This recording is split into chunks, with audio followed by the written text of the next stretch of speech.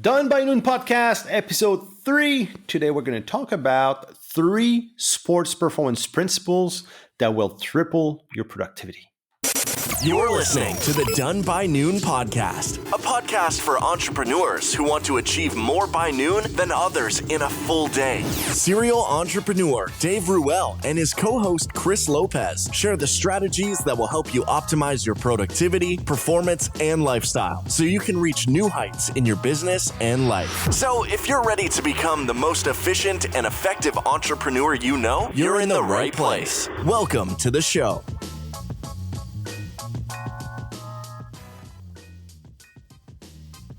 This episode is brought to you by the Effic Planner, the first planner made for the entrepreneurial brain. It's easy to fill your day with busy work. You feel like you're getting a lot done. But if you don't make time for bigger projects, you're just spinning your wheels and hurting your business. The Effic Planner is backed by a complete system to strategically plan your next 90 days. Break down projects into actionable bite-sized pieces. Optimize your work week and implement sustainable performance habits in the process. To learn more about the Effic Planner, go to www.effic.co. That's EFFIC.co.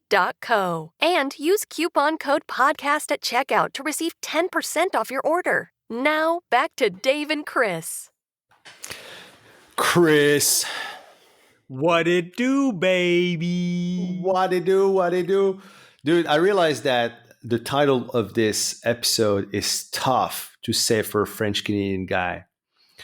3 sports performance principles that would triple your productivity. Holy shit. Say that 8 times fast. It's like a lot of P's. Did you get the reference though? Like, you know how I did did you get the reference? I did. So I said, what it do, baby? Do you remember? Do you know that reference? It has to do with today's podcast. Okay. So today, one of your 3 key sports performance. Oh yeah, right. Oh yeah, no, sorry. Yeah, Right? I know exactly what you're talking about. Jesus Christ. Obviously. Yeah. Obviously, board man gets paid. Board man gets paid. Fun guy. He's a fun guy. He's a fun guy. So good. If you guys have no idea what we're talking about right now, it might make sense in a few minutes. But you know, it's for us Canadian, Chris, it was a big moment in time. So, I'm a day one. I am a Raptors day one. I went right. to. Don't say too much about it, though. Don't spill the bean right now. I'm sorry about that. People are good. Yeah. But hold on. Obviously, we're not talking about the Maple Leafs. No, we're not talking about the Maple Leafs. I'm a diehard hockey fan. I'm a Montreal Canadiens fan, like hardcore. And we're not in bad shape, but. We're not in good shape, but we're the last team that won the Stanley Cup in Canada. But it was in 1993, so 27 years ago. Dude, here's the thing. I remember like crystal clear that moment. Like I was 10 years old. I was about to turn 11. And I remember that because I had that. So I was watching hockey with my grandpa every Wednesday and every Saturday growing up. And Sunday, it was the local team's hockey games. We're going to a local arena to watch. So here's the funny thing. There were 2 teams on the island, right? 2 teams. So they were playing each other every Sunday. Have you seen the movie Mystery Alaska with Russell Crowe? He plays like he plays like a hockey player, and they play like in a small remote town in Alaska called Mystery, and they have a fantastic hockey team, but they just play each other every Sundays, but they're really good, and then they end up playing against like the New York Rangers. they almost win anyway. But it was like that at home. We were just playing against each other all the time, but like a lot of the guys were actually really, really good. It was great hockey at the time.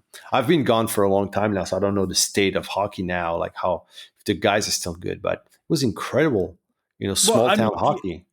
give people context in that. I mean, you and I are both Canadian. Hockey is like religion in Canada. It is, especially in the smaller towns, like what you're talking Oh, about. it's insane.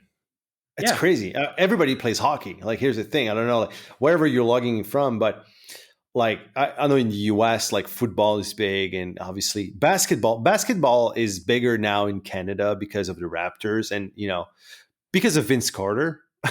Yeah. let's be 100%. clear. Yeah. Yeah, oh, dude. But the Raptors, I mean, and the now defunct Vancouver Grizzlies, but it was big. It was big, and now, like, you look at how many Canadian players actually entered the draft. How many Canadian players got drafted in the first round in the NBA last year?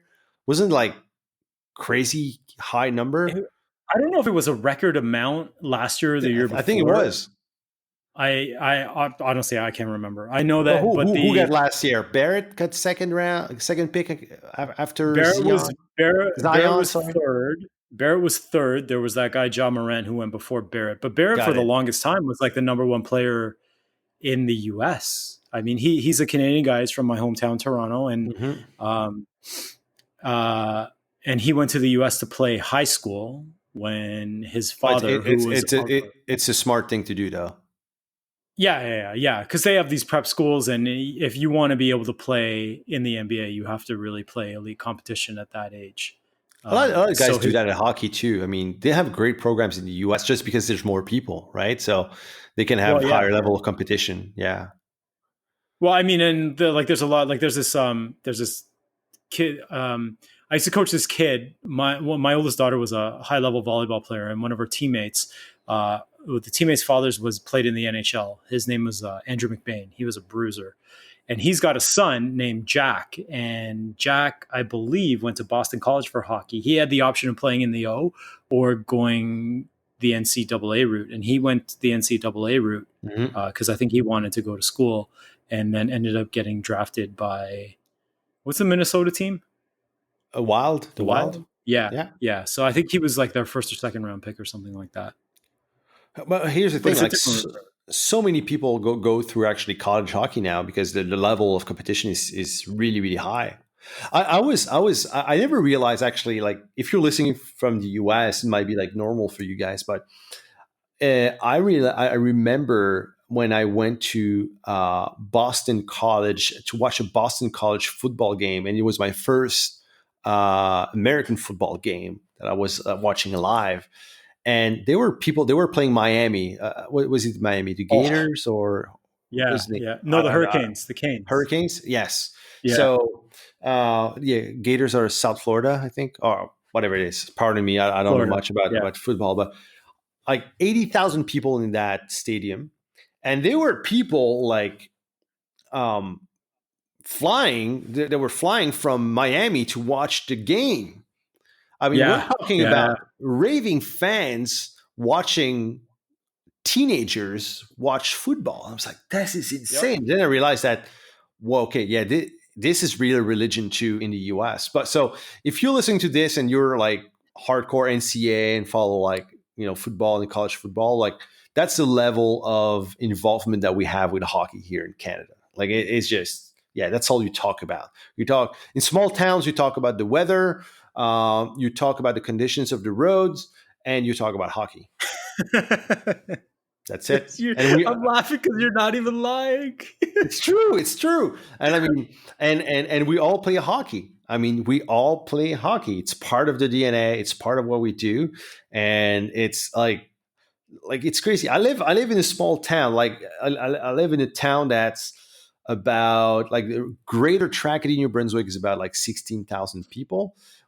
Yep. We have 14 teams in the beer league. That's crazy. There's another smaller beer league too, and there's a senior hockey league too, and there's high school hockey and everything. It's crazy. It's insane, but everybody's playing. What? And it's not only like in the small towns. Like, so I grew up in Toronto. I grew up in a suburb of Toronto, and as a son of immigrant parents, I mean, hockey was the sport that, like, because everybody's into it, right? So I'm embarrassed to say this. I can somewhat now, but I cannot skate at a high level by any means necessary. But when I was growing up, the Oilers were huge. Gretzky was in his prime, and we were playing street hockey. And I was always either Gretzky, Messier, Coffey, Lowe. When I was in net, I was either Grand Fuhrer or Andy Moog. Like, and I grew up like even to this day. And here's how much hockey has influenced my life. It just even in every day growing up being Canadian. Even to this day, all of my t-shirts I wear untucked, except the left tail of my t-shirt is tucked into my pants. Can you explain why for American friends? Because every single Canadian would know why. Yeah. No, well, because that's exactly how Wayne Gretzky wore number 99. That's exactly how Wayne Gretzky wore his jersey. He tucked his jersey, his left tail of his jersey into that was left, wasn't it? Yeah, the right was out. Yeah, no, that was the left. Right. Yeah, the right was out. The left was in. Yeah. Mm-hmm. And if you watch any hockey video, anything with Gretzky playing, you will see that. And when I was playing basketball, when I was playing volleyball in university, that was my thing. I would like, and I did, and it's a Canadian thing, and you'll see a lot of Canadian kids do that. But that's so basically, Chris, you're the Filipino Wayne Gretzky of volleyball. Exactly, something like that, right? I love watching your videos I love watching your videos with your kids playing volleyball, like just randomly, and you guys are just crushing it. I mean, you guys have a great family team, volleyball team. It's funny, it's funny. Roseanne took a picture of the kids just the other day because right now, as we're recording this, our oldest daughter is here in Costa Rica. So she lives in Toronto full time, but she's come here to visit for the holidays. So she's been here for 3 weeks, and we were sitting at the beach, and we had our 4 girls playing 2-on-2 against each other, and I swear, like a tear came to my eye because it's just like. That's what you want. Like you have your 12, 14, 16, and 21-year-old all playing together, and they can hold their own. So it's a really competitive game because they all can play, and they're all relatively athletic. Q was somewhere playing soccer with his friends, I think. But it was a moment for me.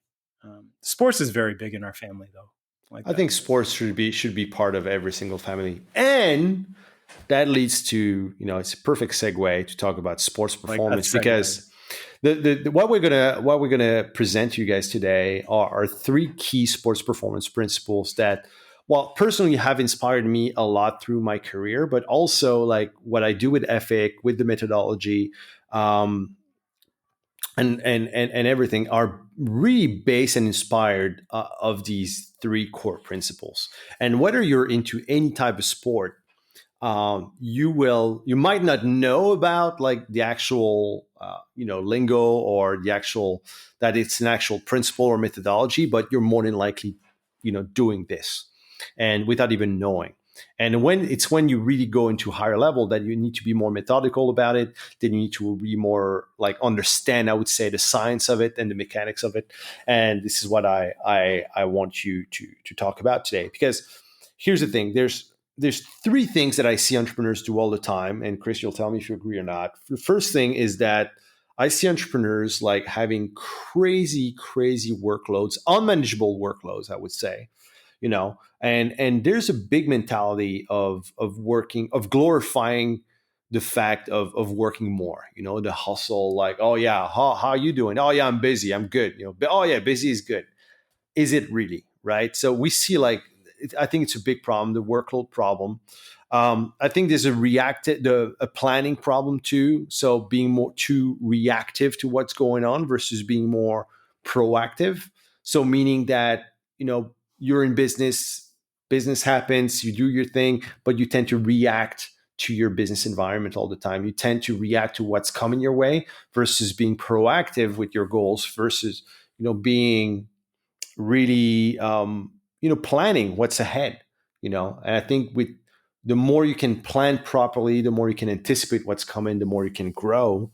But I don't see that many entrepreneurs do that. And third, obviously, is self-care, and I think versus instead of making it a priority, I think that's the first thing that goes out the window when you become busy. That's the first thing that goes out the window when, things start getting, a little bit more crazy in the business and you have more things to do. Well, guess what you're gonna put less time on is always your health, always your self-care, always you're going to stop going to the gym. You're going to start eating out versus preparing your meals, things like that. So these are mistakes that I see all the time. And what we want to do today, Chris and I, is show you 3 core principles that are inspired, are existing in sports science that you can apply to your life, to your entrepreneurial life, to perform better.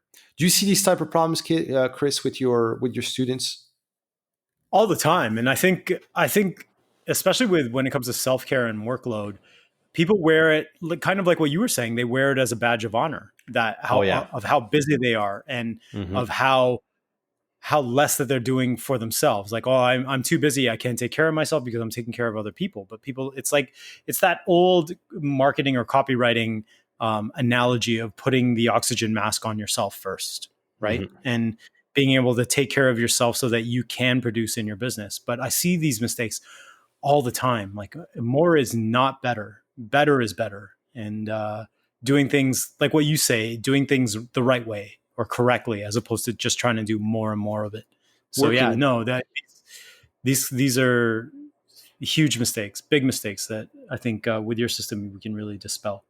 Yeah, working right is the thing. Like when it comes to workload, working right versus working more, it's always where it's at. So the first, just to start with the first principle, but the first principle that have inspired me and has been the backbone of the Effic methodology is load management. And now we can talk about it, Chris. Is that yes, finally, is that Final. load management is a thing. Like we all know about it when you're involved in sports, or more advanced in sports, you understand that concept. However, it hasn't been popularized really in professional sport because here's the same thing. Like professional sport, it's a business. You want to see your best players play as much as possible. And is it really the best way to do it? Maybe not. And here's so load management, basically, what is it? It's adjusting the workload based on the context and on the individual. And we saw that. So we talked about the Raptors because load management that really had got popularized, but had a lot of good press and a lot of bad press as well because of Kawhi Leonard. So what happened during the 2018-2019 season of the Raptors is that Kawhi Leonard sat down for many games during the year for what they call load management. No one knew what Almost it 20 was. games. Almost 20 games. So here's the thing, like they were sitting him down, so he was not playing, but people were like, oh, what is this? They're not playing their best player. Like what needs to rest? He's a special snowflake. You know what I mean? But here's the thing. What happens that also Kawhi Leonard had missed most of the previous season due to like a bad injury that he had. And Alex McKenzie, who's the physical prep guy of the Raptors, really applied load management to a T. And he's known as like the godfather of load management for a reason, because he's a pro at that. So he took him on a really individual program where he had to actually sit down for a few games during the year. Actually, like more than 20 games. But what happened is that he was able to manage himself properly, not putting too much pressure on himself and maybe bring back past injuries. And what happened in the playoffs was that he just dominated. The guy was, I would say, more fresh, but he was prepared. He was not overworked. He was not, he was just ready. And dude, I mean, what a performance. Did you watch all the games, Chris? I watched every single. I was here in Costa Rica. I watched every single game. Every single one. And I think what needs to be said about load management is that it was very calculated. Like they were looking at how many touches, how many footsteps he was taking in a game, how many jumps he was making, how many jumps he was taking in practice, and it wasn't just him sitting down for a bunch of random games. It was they were actually on a schedule determining, based on the numbers that they were taking, the analytics that they were taking on when he should be not on the court. So all for the planning of what really matters. And not to say that in an NBA season, in an 82 game NBA season, that those games don't matter, but what really mattered and what the eventual goal was to win a championship. And so the playoffs Yeah. mattered more. So, And so you can take those principles and apply them to business as well. exactly. And it's also understanding like what, the nature of the amount of the load, right? Like, okay, what read does he have to do? Let's say you have, I don't know, a hand injury and you have to take X amount of shots. Obviously, like you're not going to be able to go and just play right away. You know what I mean? You're going to have to take care of that. For him, let's say with his knees and different types of problems that he had, like it's understanding, okay, exactly how many steps did he take? What's the nature of the plays that we can make him do? Things like that. So that he can access, top performance in times of high demand when it matters the most, when it mattered the most. And that's exactly what they did. I thought that was brilliant. I think he got a lot of, heat because of it. It's hard for, like, you look at the NBA, it's hard because like people go and want to see the top players play, right? And all of a sudden, like they don't play all their games and you never knew if it was playing or not. So for the business of let's say the business of the NBA, it wasn't the best necessarily, but what happened is that the Raptors won the championship. And I think load management was one of the big reasons why it happened. If you would have played like Kawhi like crazy, would it had performed at the right time? I don't think so. And when you bring it back to business, you look at it, it's the same thing. Look at how you pace yourself, how you treat yourself, how you manage your workload on a weekly basis or even on a quarterly or annual basis. And do you feel like you have the potential or you have the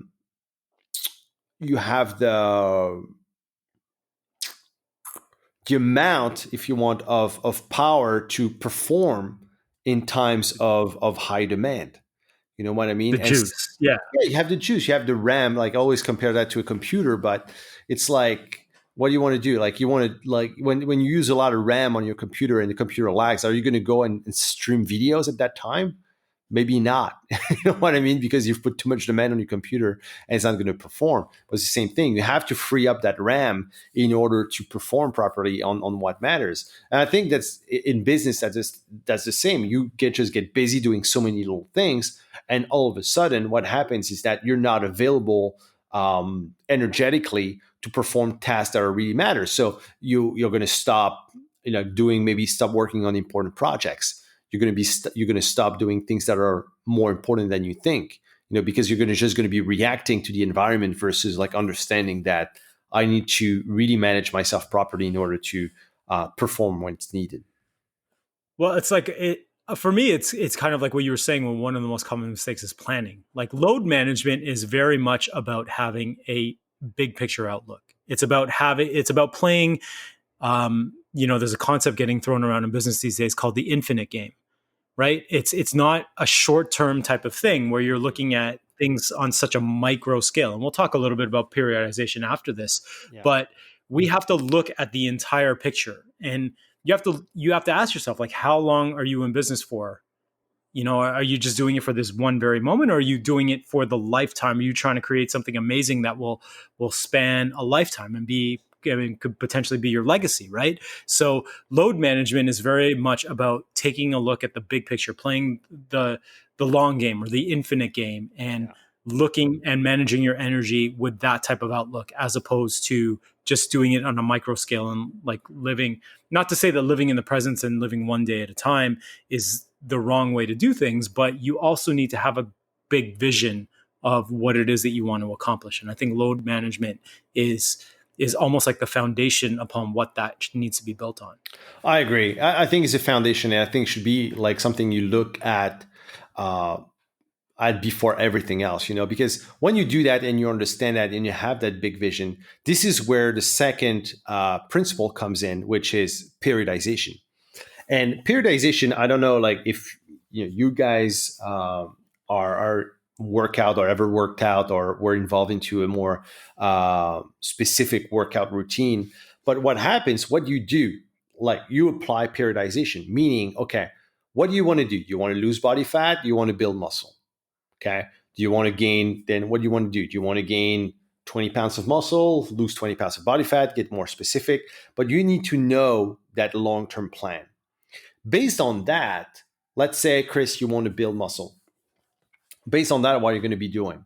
You're not just going to go start working out as much as you can, because what's going to happen when you just go to, and we see that like beginners do that all the time, just going to go to the gym all the time, you're going to work out as much as possible, thinking that they will be making, gains that are, that match, that are linear, that match, the number of reps that they do. But what happens, what it's going to lead to to overtraining. And what happens, injury, burnout, everything. So it's what's going to do, it's actually you're going to have the reverse results. You're going to have you're not going to make the results, and you're actually going to decrease your results doing that way. So you have to understand that, hey, you're going to have to start working maybe with a 12-week program that you're going to have to build, an 8-week program, whatever that works for what you want to accomplish. That's why, with the Effic methodology, we always work in 90 days. Is that because we can establish goals and objectives that are measurable, fast, within 90 days. And then we can adjust after this. So if we see that, oh, okay, what happened? I reached my goals. I reached my goal fast this quarter, and it went great. Okay, well, maybe we can actually increase the workload after that, next quarter. So let's say your goal was this quarter to bench 220 pounds, and after 6 weeks, you were able to bench 220 pounds. Well, that's great news. That means you adapted fast enough that now we can maybe bring your training to the next level a little bit faster than anticipated, because you saw these great results and you feel great, and you did that, based on the program that we've built for you. You know what I mean? So we're ensuring that you're not overtraining. And if you reach your goals faster, perfect. That means you're ready to move to the next level. You know what I mean? So within the periodization principle, there's a sub principle called the principle of adaptation, meaning that once you adapted to a workload, you can now move up to the next level of workload. That's the same thing with your work. So let's say you've adapted to a certain, when you do something, let's say, Chris, you start doing something, and I don't know, whether it's business, you start doing something new in your business, and you feel like, oh, I don't know how to do it. So it's going to feel hard, right? It's going to feel more difficult. But after a while, you do that for a few months, it's going to feel like second nature. Well, that means that it takes a lot less energy for you to perform that particular task. So now you can actually, go to the next level. You can actually perform more tasks because it takes less energy for you to perform that, right? But it took that moment in time for me to be able to adapt to whatever it was that task that I was performing, to be able to get efficient at it and proficient at it in order for me to do it. And then it was time to move on. Totally get it. Exactly. So yeah, in periodization, so you have the long-term plan. You have obviously the cycle, so the mesocycle, the macro cycle, which is what you want to accomplish. The mesocycle, that would be okay, what you want to accomplish within the next 90 days. And then you have the microcycle, which would be maybe your work week. So that would be, okay, how do we work out? How do we divide your work week? So if you look at a workout plan, what are you going to be doing? The basic. Monday, you're going to work out, you're going to train chest. International Work Day, International Chest Day, Monday. But you're going to divide your let's say your program by body part. So Monday you're going to do chest. Tuesday you're going to do back. Friday you're going to do biceps. Friday you're going to train legs. I mean, whatever. But you're going to divide that in an intelligent way so you can actually progress the right way. And from there you can start focusing on actual move. You can look at the particular exercise and performing it in the right way, right? So understanding that there's different layers, if you want, that will need to be put in place strategically in order to accomplish the results that you want. So when you do that with exercising, you can do exactly the same in business, right? So if you look, for example, at if you own the Effic Planner and you work with it, and Chris, you've been using it for a long time. This is exactly the way it's structured. It's structured with the long-term plan. We build like a 90-day, game plan, or let's say workout, but we call that buckets and we use load management using what we call buckets. And from there, every single day, we're going to tell you, okay, you need to do this, you need to do that, you need to do that.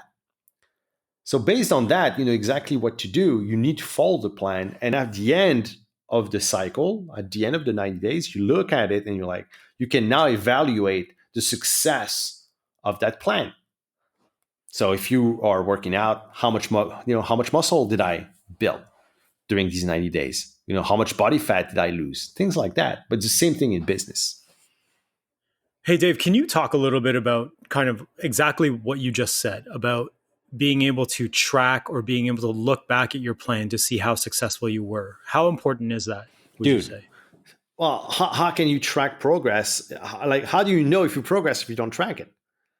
Exactly. Like it's like a workout. Like, okay, well, you need objectives, but if you don't weigh yourself, or if you don't look at you take your body fat percentage, or look at whatever your goal might be, if you don't track it, how do you know if you progressed, right? And I think the problem in entrepreneurship is that we don't track it fast enough. We look too big. Oh, we grew 10% over the past 18 months. Yeah, okay, that's great, but let's maybe look into more shorter term and evaluate what worked well and what didn't work that well. Because you could have a killer quarter where you made most of your money and then you lost money for the past 3 to 4 quarters. And that's no way. This is like, you could have made much more money or performed a lot better if you would have tracked that properly. So no, you need to track that. You need to look back at your results, see if you achieved what you wanted to achieve. If you did, great, and understand what went well and what can be improved and how you can move to the next level. If you didn't achieve what you wanted to do, it's to look back and say, okay, what didn't go well? What why didn't achieve what I wanted to do? And how is the same thing. How can I get better the next time? Right. So in both case scenarios, you're always improving, whether it's through, the fact of not reaching your goals or the fact of that you've surpassed your goals. So tracking is everything. And I mean, both of us tracked clients on the physical side of things and client in entrepreneurship. It's the same. You need to for us as clients, for as trainers, as coaches, we need to track these results, whether it's like physical or professional. So at what point in somebody's business, because that we'll have a good mix of newbies and we'll have some experts, that people that have been in business for a while, at what point in your business should you really start to look at tracking and keeping a good eye on things? I mean, we don't have to talk about specific metrics or anything like that. We can talk about that in a future podcast. But is that something? Because I know a lot of people, when they start to go into business for themselves, they just end up going, balls out and just trying to do everything all the time and not really paying attention to anything, because they're basically just trying to keep their head above water. So at what point would you say is the right time to start tracking your activities and what it is that you're doing and creating SOPs or any of that stuff? Well, I think it depends on what level like you're playing. So there's yourself, like how you track yourself, and more than often, like when you start in business, like a lot of us are going to start as a one-man army. We're going to start doing we're going to start by ourselves. So it's the perfect time actually to start tracking that. It's the perfect time to start implementing principles of self-leadership, because what you're going to learn in the process are principles that you're going to carry over to when your business grows, so principles of business leadership that then you can apply to a team. So I think there's two ways to see it. Like, I'm not a big fan of being overkill. So meaning that you need to learn SOPs, create like crazy SOPs from the beginning, things like that. I don't think that's necessarily when you start. I think you're going to need it in the future. But the main thing when you get started is to understand how you manage yourself. Okay. So start with, personal productivity and tracking your own progress over time. So it could be tracking the progress of, how much money you've made, but also, how your projects are being accomplished. Do you follow like self-care principles? And we're going to talk about it in a moment, but all these things that you can track that will lay the foundation for your business career, will lay the foundation for growing and scaling, a business further, because you're going to be understanding, what they're all about for yourself. In past episodes, I talked about, how bodybuilding for me was a huge asset, in my career, because I took all these principles. That's why I'm showing you today. But I took what I've learned from physical exercising, from fitness, from, training, being coaching myself, but also coaching others, and bringing that to business. That became a great advantage for me in business. So you need to do the same. You need to apply that. And that doesn't mean that you need to go and get a six pack and in order to be a good business person, but it's really start to take it very seriously. I think a lot of people just they stuck in the hobby phase where they think like because they're passionate about their business. It's true. I think they just passionate about what they do, and they feel like by having too much structure, they're not gonna have the freedom that they want. Right? We talked in the last episode about freedom, but I think that's a big mistake. It's resisting structure for the sake of retaining freedom, which is the complete opposite. It's only Right. when you learn, especially if you're serious about it, and you want to grow a business, you're going to need to learn these things, and you're going to need to learn how to lead yourself first, and then properly in order to lead, great business down the road. Does that make sense? Perfect. Yeah, no, that's amazing. That's a great ad. Actually, that's a lot more than I was expecting. So that's great. Good answer, man. But that led You me. always over deliver, David. Oh my god! It's either that or I talk too much. I don't know. It's a fine line. There's this fine line between over delivery and talking too much. No, that was good. I hope people are taking notes on that. If not, go hit rewind and write some stuff down, because Dave really delivered some gems there. All right, but there's a third principle, one that everybody overlooks. I think. Were you done with the second one? No, yeah, we're done with it. I think, unless you have anything else to say, but No. yeah, I think paradise. Sorry, go ahead. Well, I was going to say, I mean, based on your bench press example, like let's think about what Dave is saying and why periodization is so important. I mean, people would be bench pressing if 800 pounds on the regular, if linear progress actually worked. It just doesn't work that way from a physical standpoint and from even a mental standpoint, which is what we're talking about when we're talking about business. And so you do need strategic times where you are peaking and strategic times where you're deloading as much physically as you do within your business and within managing your energy levels. Like, you have to understand that. And I think that's what Dave is talking about. Like, there is no linear progress, like straight out linear progress.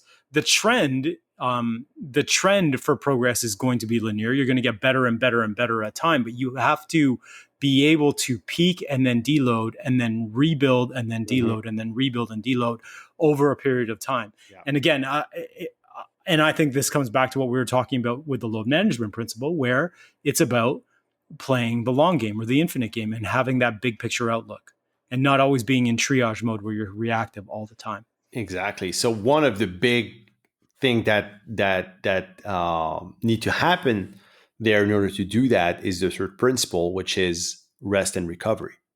So you like that segue, huh? Yes, that was a great segue, Chris.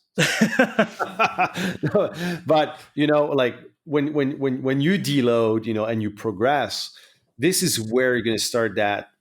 Rest and recovery takes a greater sense. So in physical exercise, or when you look at muscle building, you don't grow your muscles when you actually exercise.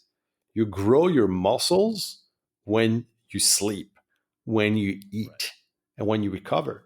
So, people actually, you're destroying your muscles when you work out.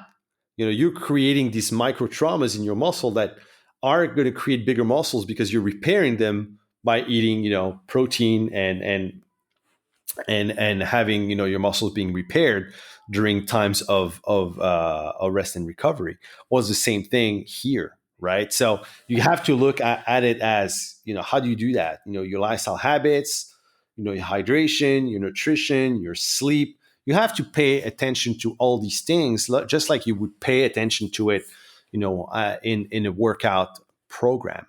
And as you said earlier, Chris, like I think we wear it on our sleeves that we we just glorify all that. The fact of not taking that much time off, or oh no, I'm working 80 hours a week, and that's great.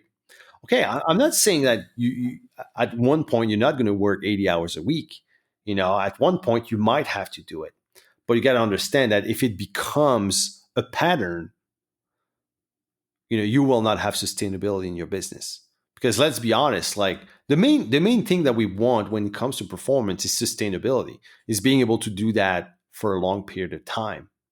I think maybe when you get started, I think as when you're a beginner, whether it's like in business or you're a beginner working out, you want fast results, right? That's always the thing. Like, oh, you want to think fast.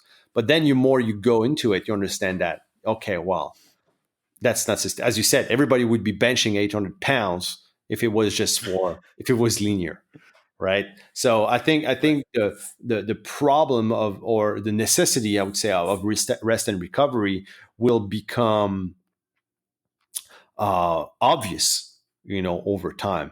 The key here is not to resist it, or not to um, yeah, not resisted based on what people say, or what the environment tells you, or what the business world is telling you what's good and what's not. We talked about in the past episode about ambition appropriation, but that's the same thing here. We feel like we need a rest. We feel like we need that recovery, but we're not, because what are the other guys are going to say?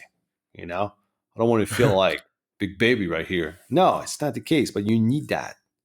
You need Well, that. I mean, the truth be told, from a health standpoint as well, your body will force you to recover. I mean, if you are pounding the weights every single day and you're trying to make this linear progress that doesn't exist without planning your recovery, your body will tell you when to recover by having you injure yourself. So with from a productivity standpoint and from an entrepreneurship standpoint, if you're going to be pounding these 80-hour weeks, your body will end up telling you that you need to recover, because you're going to experience burnout, and you're going to experience mental stress and emotional stress, and you'll just end up with those symptoms. And if you're sacrificing sleep, then your body's like, you just won't be as effective as you could. So why not be proactive with it and add that into your everyday, add that into your routine? And that's going to be our final words here, Chris. But I think the biggest piece of advice that I can give you is, don't wait until you're burned out in order to implement rest and recovery in your life, in your entrepreneurial life. I mean, I've worked with many guys, with many entrepreneurs in burnt out, and the biggest problem they have is that they've waited until they were really, really, really burnt out before actually doing something. They waited until they hit the freaking bottom. They hit rock bottom before actually implementing, rest and recovery properly into their lives. Don't wait until that. Like, do it now. There's nothing wrong about understanding these cycles. And if you look at periodization, you look at the cycles that you're going to play. So let's say you decide to work and have, annual guidelines, annual goals. You decide to work, in cycles of 90 days. Work with these cycles, that every 90 days, maybe you should take a week of vacation. That's the way I try to do it. Is that every 90 days I take a week, right? Because I know my objectives. I go, I work strategically on them for 90 days. But after that, I know I'm going to need my recovery. But it also helps me process what just happened. But it also helps me be more proactive and plan my next 90 days even better. Okay. So it compounds over time. I do that for many years. Well, guess what? I'm going to be ahead of the competition because I've decided to do this. Like, I mean, I'm not going to be of service to anyone and not going to be able to create and be performant if I'm burnt out. That's a given, right? So implement that, be proactive with it, don't wait until it's too late in order to do it. That's really what I want to say. We're going to talk about burnout in a future episode because it's a more deeper. There's so many things that I see entrepreneurs do all the time, and I think we could go deeper on that. But it's still a taboo subject in entrepreneurship, and we can dive a lot deeper into it. I mean, I've experienced it. I don't know if you've experienced it, Chris, but it's not a fun place. It's not a fun place to be at. I feel like most entrepreneurs experienced it. I think they've experienced it because actually of the lack of experience that we've had in specific, in understanding that, and I think whether it's ego that kicked in or peer pressure or whatever, but yeah, we're going to talk about it. But it's a big problem. It's a big problem in the entrepreneurial world now, and I think it's not too late to start taking it seriously and talk about it. Not at all. I think we should probably do another episode as well to talk about like our favorite methods for rest and recovery. Oh yeah, too. Like just some actual. We're going to talk about tools that people can use. I have a full protocol called the business detox, and just that actually follows the macro, meso, and micro cycles of periodization that I, embodied I have put into the Effic method, and it's powerful, man. It's simple, it's super fucking simple, but it's super powerful. Yeah. Have a great week, my friend. Enjoy. Kill more bugs, por favor. I will. Enjoy the snow and go Habs. Always go Habs, go. And go Raptors. Go Habs, go. Talking about recovery, hope the Raptors, our guys come back soon. Everybody's injured right now. Everybody's injured. It's insane. But the bench is decent. So we're going to be all right. All right, brother. We'll be all right. Have a great week, buddy. Thank you for this, brother. Okay. Take care, guys. Bye, everybody. Have a great week. You have just listened to the Done by Noon podcast. If you are interested in hearing more, do not hesitate to subscribe to our channel. Click on the 5 stars or check out our free tools and trainings at donebynoonpodcast.com. Thanks again for listening and stay awesome. We'll see you next time.